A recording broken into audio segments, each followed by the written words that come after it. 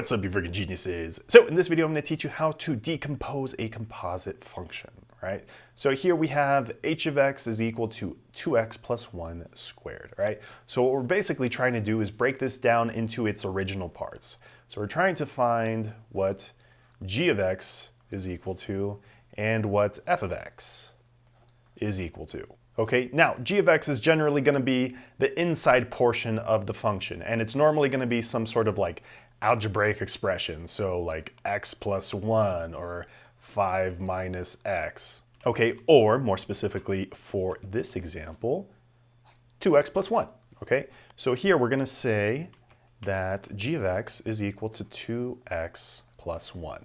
And now in order to find f of x, we're trying to figure out, well, what's left after we took out the 2x plus 1. Well, one thing that might help is we took out the 2x plus 1, so let's just draw a big X over it. And now you can kind of see what we're left with, right? So here we're left with x squared. So f of x is equal to x squared. Okay, now if you wanted to double check your answer and make sure it actually worked, you could simply find f of g of x, right? So if we wanted to find f of g of x, all this means is we want to plug in g of x into f of x, wherever we have an x, all right? So we want to plug in a g of x right there, right? That's what we just did. And we want to plug in a g of x right here for this x, all right? Now, what is g of x? Well, g of x, as we said, is 2x plus 1.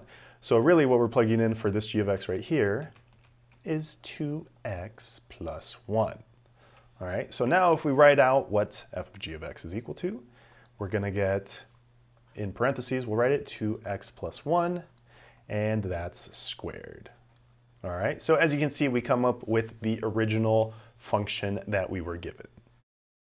All right, here's the next example. So we have h of x is equal to the cube root of x squared minus 4. All right, so again, like we said, g of x is normally going to be the inside portion, right? Some sort of algebraic expression. So here you can see that would be this x squared minus 4 part, right? So x squared minus 4. So we just took out x squared minus 4. So let's just write an x right there. And then here you can once again see what we're left with. We're really left with the cube root of x. All right, so we have the cube root of x.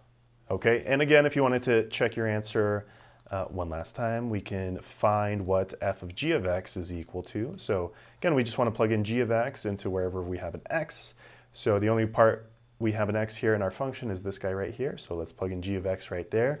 And again, what is g of x? Well, g of x is x squared minus 4, right? So we would plug in an x squared minus 4 right there for this x. And you can see we would wind up with the original function. All right, now let's try a fraction here. So we have h of x is equal to 1 over x plus 2, all right?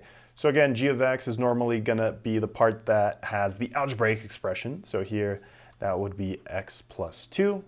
So as you can see, that's what we just took out. So let's just write a big X over what we just took out, and that'll indicate where the x for f of x goes, right? So then here, we're just left with 1 over x, all right? So f of x is equal to 1 over x.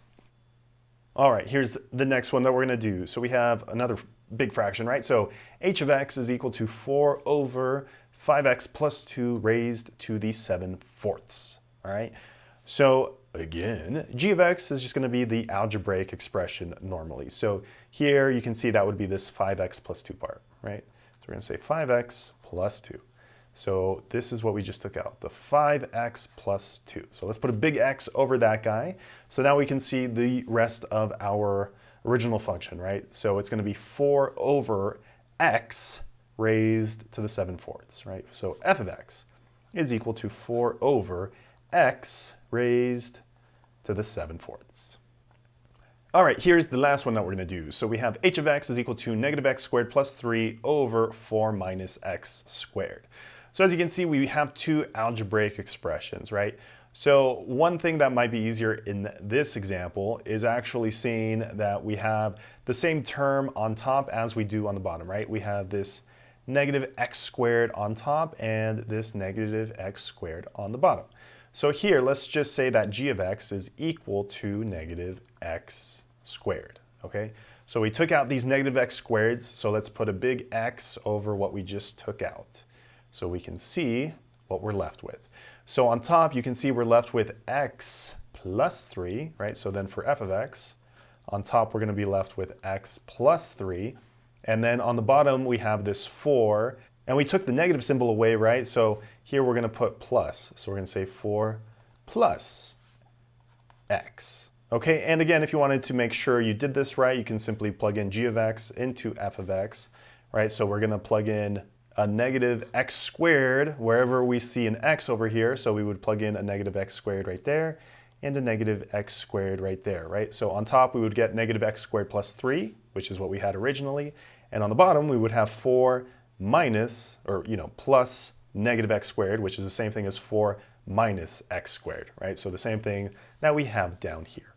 So if you found the video helpful, make sure to leave a thumbs up down below. And if you have any questions, let me know in the comments section below.